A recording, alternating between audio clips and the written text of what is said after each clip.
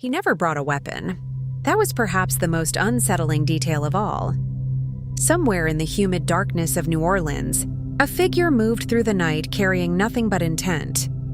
Whatever he needed, he already knew he would find inside. A chisel to remove a door panel, an axe resting in a corner or leaning against a wall, left there by the very family sleeping just a few feet away. The Axeman of New Orleans did not arrive armed. He arrived prepared, and that distinction made all the difference. The year was 1918, and New Orleans was a city already worn thin by war and disease.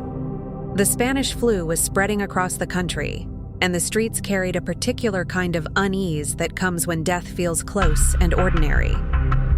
Into that atmosphere stepped something harder to explain. The attacks began targeting Italian immigrant families, many of them grocers, people who had built modest lives in tight neighborhoods where everyone knew their neighbors and left their back doors unlocked out of habit or trust. The pattern was consistent and deeply disturbing.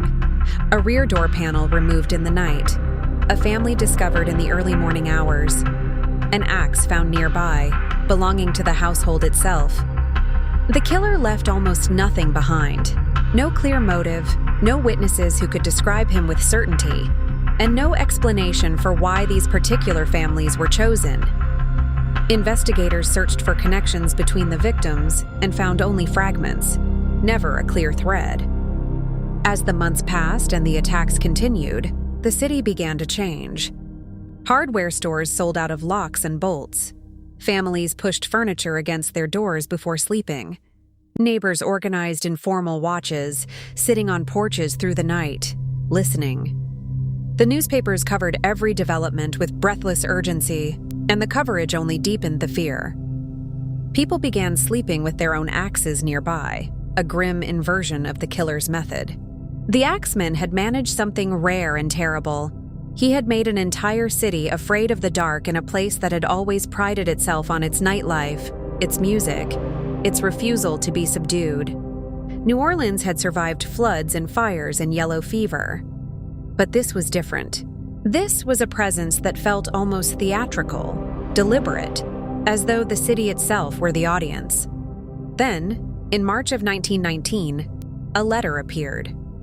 It was published in the Times-Picayune newspaper, and it claimed to be written by the Axeman himself. The tone was unlike anything investigators had encountered. It was almost playful, referencing the devil, describing himself as a fell demon from the hottest hell. But buried within the strange language was a specific demand. On the night of Tuesday, March 19th, St. Joseph's Night, every household in New Orleans that had jazz music playing inside would be spared. Any home that sat in silence, the letter implied, would not be. The city faced a choice that was equal parts absurd and terrifying. And New Orleans, being New Orleans, responded in the only way it knew how. Every dance hall filled to capacity.